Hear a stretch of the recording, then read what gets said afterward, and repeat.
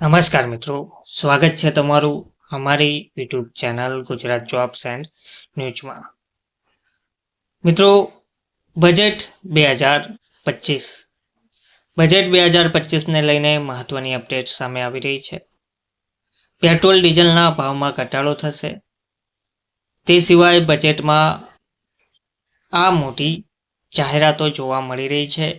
બજેટમાં 7 મોટી જાહેરાતો કરવામાં આવશે. તો આજના વિડીયોમાં આપણે બજેટ એક્સપેક્ટેશન વિગતવાર જોઈએ. તો દર વખતની જેમ આ વખતે પણ સામાન્ય લોકોને બજેટથી મોટી અપેક્ષાઓ છે અને આ વખતે એવું લાગે છે કે સરકાર બજેટમાં મોંઘવારી અને ટેક્સના મોરચે લોકોને ઘણી મોટી રાહતોની જાહેરાત કરવી શકે છે. આમાંથી સૌથી મોટી ભેટ ટેક્સમાં છૂટના રૂપમાં મળવાની શક્યતા છે. તો સૌથી પહેલા ટેક્સમાં છૂટ. આ હેઠળ સરકાર નવી વ્યવસ્થામાં 10 લાખ રૂપિયા સુધીની વાર્ષિક આવકને કરમુક્ત કરી શકે છે. 15 લાખથી 20 લાખ રૂપિયાની આવકને 30%ને બદલે 25%ના નવા ટેક્સ સ્લેબ હેઠળ લાવવાની જાહેરાત થવાની પણ શક્યતા છે. આ ઉપરાંત નવા નિયમ હેઠળ બેઝિક એક્ઝમ્પશન લિમિટને 5 લાખ રૂપિયા સુધી કરવામાં આવી શકે છે. આ જાહેરાતો વધુને વધુ લોકોને નવી કર વ્યવસ્થા અપનાવવા માટે પ્રોત્સાહિત કરશે. પેટ્રોલ અને ડીઝલ સસ્તા થશે. આ પછી CIIની ભલામણ સ્વીકારીને સરકાર ફુગાવાના બોજને ઘટાડવા માટે એક્સાઇઝ ડ્યુટી ઘટાડી રહી છે, જેનાથી પેટ્રોલ અને ડીઝલના ભાવમાં ઘટાડો થશે. હાલમાં પેટ્રોલ પર 19.90 રૂપિયા અને ડીઝલ પર 15.80 રૂપિયા એક્સાઇઝ ડ્યુટી વસૂલવામાં આવે છે. PM કિસાન સન્માન નિધિમાં વધારો થશે. આ વર્ષના બજેટમાં PM કિસાન સન્માન નિધિની રકમ વધારવાની જાહેરાત પણ થવાની અપેક્ષા છે. સંસદની સ્થાયી સમિતિએ કિસાન સન્માન નિધિને વાર્ષિક 6,000 રૂપિયાથી વધારીને 12,000 રૂપિયા કરવાની ભલામણ કરી છે. હાલમાં આ યોજના હેઠળ લગભગ 9.5 કરોડ ખેડૂતોને 3 હપ્તામાં 2,000 રૂપિયા ટ્રાન્સફર કરવામાં આવે છે.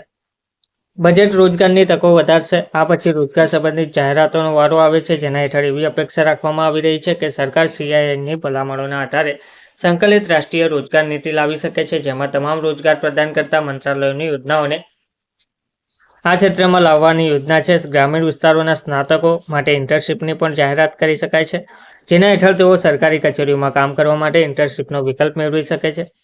5મું છે આરોગ્ય બજેટ વધશે. આ વખતે આરોગ્ય ક્ષેત્રના બજેટમાં વધારો કરવાની યોજના પણ અમલમાં મૂકી શકાય છે.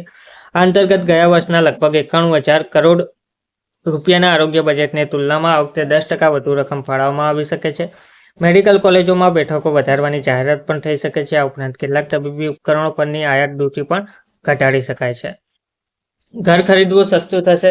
સસ્તા મકાનો ખરીદવા માટેની કિંમત મર્યાદા વધારવા અંગે પણ મોટી જાહેરાત થઈ શકે છે.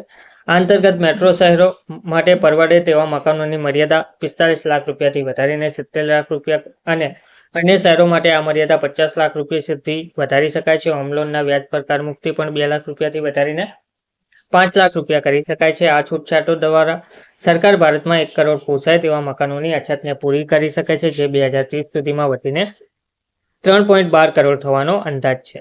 મોબાઈલ ખરીદવો સસ્તો થશે. આ મોટી જાહેરાતો ઉપરાંત સરકાર આ વર્ષના બજેટમાં અનેક પ્રકારની છૂટછાટોનો માર્ગ ખોલી શકે છે, જેમાં મુખ્ય જાહેરાતો છે: મોબાઈલ સસ્તા બનાવવા માટે કન્ઝ્યુમર ઇલેક્ટ્રોનિક્સ સંબંધિત ભાગોની આયાત ડ્યુટી ઘટાડવી, વેપાર ખાત ઘટાડવી, સોનાની આયાત, સોના અને ચાંદી પર આયાત ડ્યુટી વધારવી, આયુષ્યમાન ભારત યોજનાનો વ્યાપ વધારવો, અટલ પેન્શન યોજનામાં પેન્શનની રકમ વધારવી, વિદેશમાં નોકરીઓ પૂરી પાડવા માટે ઇન્ટરનેશનલ મોબિલિટી ઓથોરિટી બનાવવી અને સ્ટાર્ટઅપ્સને કૌશલ્ય સુધારવા અને રોજગાર પેદા કરવામાં મદદ કરવી. આ ઉપરાંત દેશમાં સારા શિક્ષણ માટે મોટી જાહેરાતો થવાની પણ અપેક્ષા જોવા મળી રહી છે. ધન્યવાદ.